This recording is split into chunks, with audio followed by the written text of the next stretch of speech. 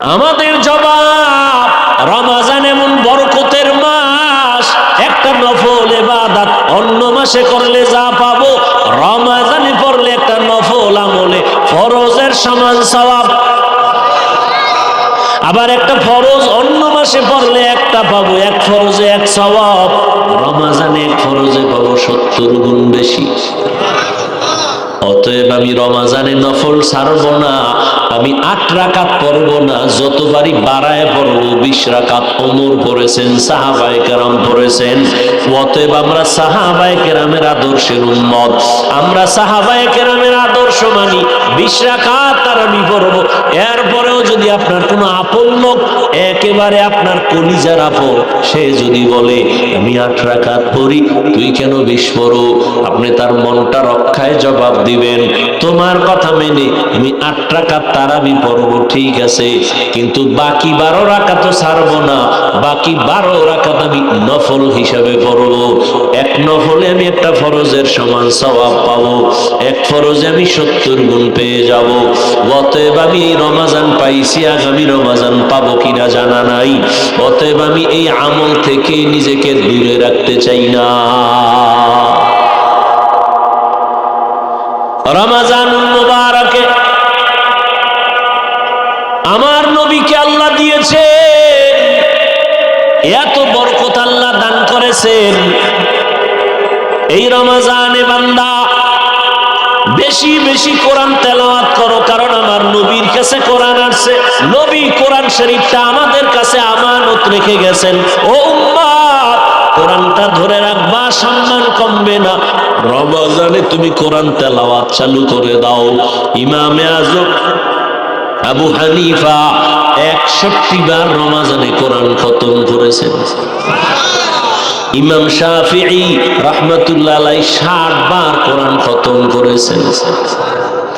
এর নবীর আশিক উম্মতের দল রমজানে বেশি বেশি নামাজ, বেশি বেশি তেলাওয়াত, জবানে আল্লাহর জিকির করবেন, দরুদের আমল করবেন। যারা তেলাওয়াত পারেন না শিখবেন। কোরআন শিখতে 20 দিন লাগে, 20 ঘন্টা। কয় ঘন্টা? 20 ঘন্টা লাগবে। প্রতিদিন তারাবির পরে ঘুমের আগে 1 ঘন্টা সময় দেন। না পারলে সাহারি খাইয়া ফজরের নামাজের পরে 1 ঘন্টা সময় দিয়া মাত্র 20 রমজানে কোরআন শিখে ফেলেন। প্রথম রমজান থেকে 20 রমজানে কোরআন শিখে ফেলবেন। যেদিন চললে পড়তে পারবেন, সেদিন নামাজে দেখবেন কি মজা। যারা পারেন না তেলাওয়াত চালু করে দেন। আপনার মেয়েকে কোরআন পড়ান, রমজানে কোরআন পড়তেই হবে। দেখে দেখে কোরআন পড়ার ফজিলত বেশি। তার মানে কি তারাবির মতো ভেতরে মোবাইল খুলে কোরআন দেখবেন? হ্যাঁ, খবরদার। রমজানে বেশি বেশি ইবাদত আর তাহাজ্জুদের নামাজটা পড়বেন, যেটা 11 মাসে সম্ভব না, এটা রমজানে সহজ। কারণ সাহারি খাওয়ার পুরো টাইম হলো তাহাজ্জুদের টাইম। অতি গভীর হয় রজনী যখন, নীরবে প্রভুর নাম জপিও তখন। প্রভুর করুণা যদি পাইবারে চাও, গভীর রাতে উঠে প্রভুর গুণগান গাও। কি পরিমাণ আল্লাহর দুশ্মন হইলে কয়, আমার ঘরে কি ভাতের টান আছে, আমি রোজা রাখবো কেন? আমার কি ভাতের অভাবে রোজা রাখি? কি রোজা রাখি কার জন্য? আল্লাহর সন্তুষ্টির জন্য রোজা রাখি। রোজাটা শুধু আখিরাতের সওয়াব এতটুকুই না, শরীরের মহা ঔষধ। মহা আর কিছু কপাল পরার আর রোজারে বানাইছে রোগ। রোজা রাখলেই রোগ বাড়বে। আর আল্লাহর আশেক যারা, এরা বানাইছে রোজারে ঔষধ। যেমন রোজাই হলো রোগের ঔষধ। আমি রোজা রাখলেই সুস্থ, আমি রোজা রাখবো আল্লাহ, আমি রোজা একটাও ভাঙবো না, তুমি রোজার বরকতে আমাকে সুস্থ করে দাও। আর নিমক হারামের গোষ্ঠীরা বলবে রোজা রাখলে গ্যাস বাড়বে, রোজা রাখলে অসুস্থতা বাড়বে, পেটে সমস্যা হবে। যে যেমন নিয়ত করে তার ফলাফলও কি এমনই হবে। ও আল্লাহর বান্দারা ভালো করে বুঝেন, রমজানের এই রোজা ছাড়া যাবে না। বালেগ বালেগা, ও পর্দার আড়ালের আম্মা জানেরা, বোনেরা, প্রাপ্ত বয়স্ক যদি বয়সে উপনীত হয়ে থাকেন, রোজা ভাঙ্গা যাবে না। নবী বলেন বিনা কারণে যদি একটা রোজা ভেঙ্গে দাও, সারা জিন্দেগি যদি রোজা রাখো এর বরকত আর পাবা না। একটা রোজার দাম কত?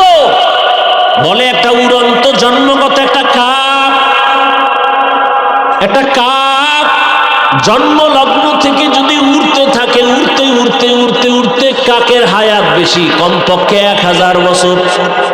একটা কাকের হায়াত কমপক্ষে 1000। এই 1000 বছর যদি উড়তেই থাকে, উড়তে উড়তে বুড়ো হয়ে গেছে, কত দূর গেছে গেছে তো কাগজ কলমে হিসাব মিলবে? হ্যাঁ, নবীজি বলেন এক রোজার কারণে একটা কাক জন্ম থেকে 1000 বছর যদি উড়িয়া সামনে যায়, ও কত দূর গেল? এক রোজাদার এক রোজার কারণে জাহান্নাম থেকে তত দূর পিছনে গেল। এরে আল্লাহর বান্দারা, রোজার মধ্যে তাহাজ্জুদের এই সুযোগ হারাবেন না, খবরদার। 2 রাকাত নামাজ পড়বেন সাহারি খাওয়ার আগে বা পরে। পরে তো বাঙালি পারবে না, কারণ আজান দিলেও খায় না। পারলে কয় বিড়ি করে, কয় একটা বিড়ি দে। যারা পানখোর কয় পান্ডা দে। আজান দিছে কি হইছে? এখনো পরিষ্কার হয় না, আকাশ অন্ধকার, জানালা দিয়ে দেখা যায় অন্ধকার, অন্তত পান্ডা তো খাওয়া যায়। অতএব 2 রাকাত তাহাজ্জুদ কমপক্ষে, বেশি পারলে তো আলহামদুলিল্লাহ। ওই টাইমে আমার আল্লাহ প্রথম আসমানে আসেন, আল্লাহর কাছে বলবেন, আল্লাহ তুমি যদি তৌফিক না দাও, আমার দ্বারা সম্ভব না, আমার ছেলেটা দ্বীনের উপরে নাই, তুমি হেদায়েতের মধ্যে ঢুকায়া দাও। ওই টাইম এমন টাইম, বান্দা চাইতে দেরি, আল্লাহ দিতে দেরি না।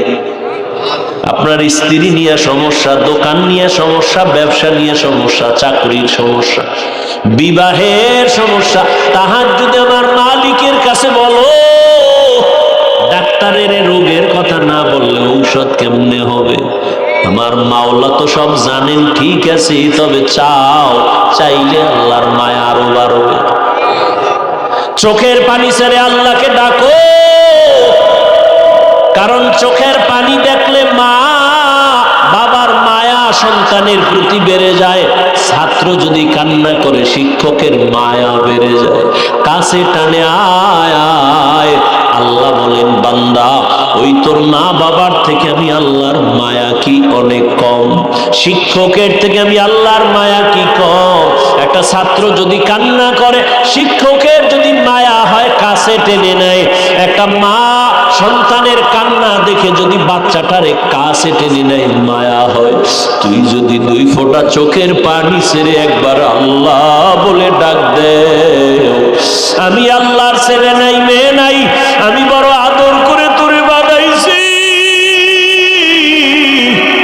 ও বান্দা তুই জবানটা দিয়ে যখন আল্লাহ বলে ডাক দিবি, আমি আল্লাহর কুদরতি অন্তরে তুফান, মায়া রহমতের ঢেউ, আমি আল্লাহ রহমতের দরজা খুলে দে আর বলি, বান্দা তুই যা দরকার চা, আমি এখন তোর জন্য সব বরাদ্দ দিয়ে দিব। এই জমিনে আল্লাহর কাছে ভোর রাত্রে কান্না ছাড়া কেউ কিছু পায় নাই। যত নবী, যত সাহাবায়ে কেরাম ওই রাতের কান্নার আওয়াজ, যত আল্লাহর খাঁটি গোলাম সবাই ভোর রাতে কান্নার আওয়াজ দিয়েছেন। আর একটা দোয়া কবুলের সময়, রোজাদার যখনই দোয়া করবে তখনই কবুল হবে। তবে রোজাদারটা রোজাদার হতে হবে। ওই রোজাও রাখবা, মিথ্যাও বলবা, ঝগড়াও করবা, এই রোজাদার হলে হবে না। রোজাদার তোমার চোখের রোজা, হাতের রোজা, কানের রোজা, পায়ের রোজা। অর্থাৎ রোজা মানি গুনাহ থেকে বেঁচে থাকো, পানাহার থেকে বেঁচে থাকো, আর রোজার দ্বারা তাকওয়া অর্জন করো। রোজা রাইখা যেমন খানার থেকে বাঁচলা, তাকওয়ার সবক আদায় করো, গুনাহ থেকেও বাঁচো, হাতেরও বাঁচাও, চোখেরও বাঁচাও।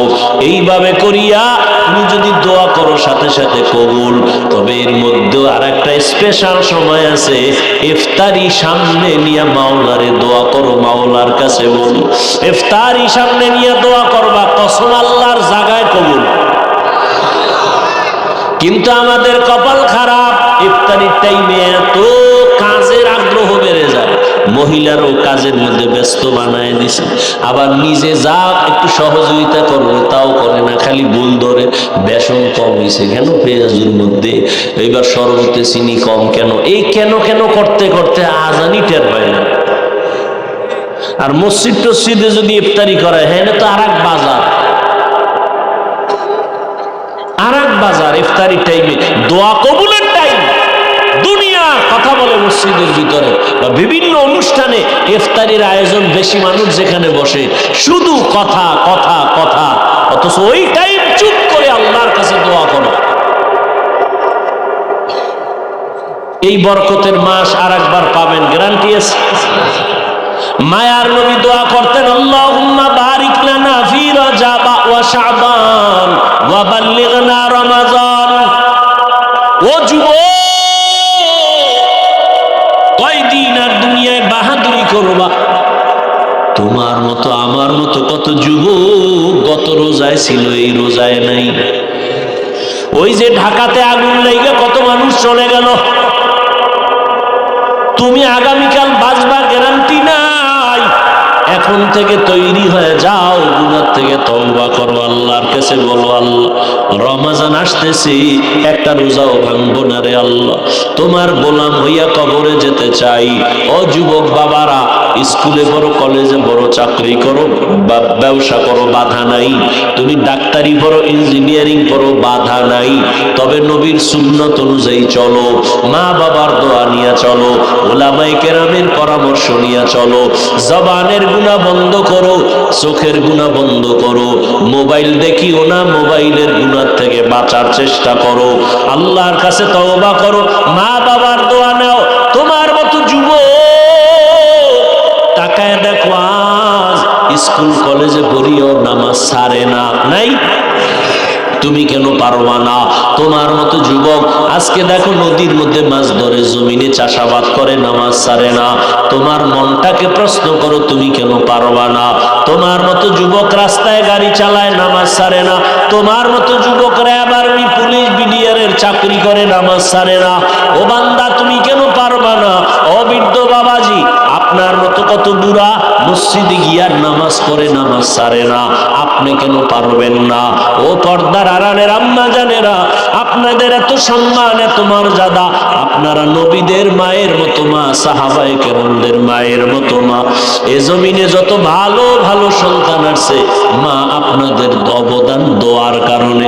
অতএব আপনার মতো কত মা এই জমিনে এখনো আছে, পাঁচ বেলার নামাজ পড়ে, স্বামীর মাল হেফাজত করে, সন্তানগুলো আদর্শ সন্তান বানাবার চেষ্টা করে। আপনার সন্তানকে ডাক্তার বানাবেন, বাধা নাই, ইঞ্জিনিয়ার বানাবেন, বাধা নাই। তবে আপনার সন্তান যেন নবীর আদর্শ থেকে দূরে না যায়। আল্লাহর কোরআনটা পড়াইয়া নবীর আদর্শের ডাক্তার বানায় যাবেন, আপনার জীবন ধন্য। ওই সন্তান আপনার জন্য কোরআন পড়ে দোয়া করবে।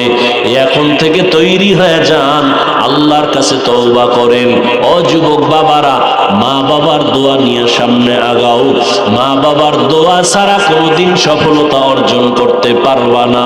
পেছনের গুনার থেকে তওবা করো, মনে মনে আল্লাহকে বলো, হে মালিক, জীবনে যত অন্যায় করেছি আজ তওবা করে ফেললাম, নামাজ ছাড়বো না, বেপরদায় চলবো না, মা বাবাকে কষ্ট দিব না, উলামায়ে কেরামের পরামর্শ নিয়ে নবীর তরিকায় চলবো। তওবা করার যদি অন্তর তৈরি হয়, মুনাফিকি যদি না থাকে, খাঁটি তওবার নিয়তে দুটো হাত আল্লাহকে দেখায় দেই। আয় আল্লাহ, হাতগুলো কবুল করে নেন, তওবা কবুল করে নেন। তওবার উপরে মজবুত হইয়া চলার তৌফিক দান করেন। আমি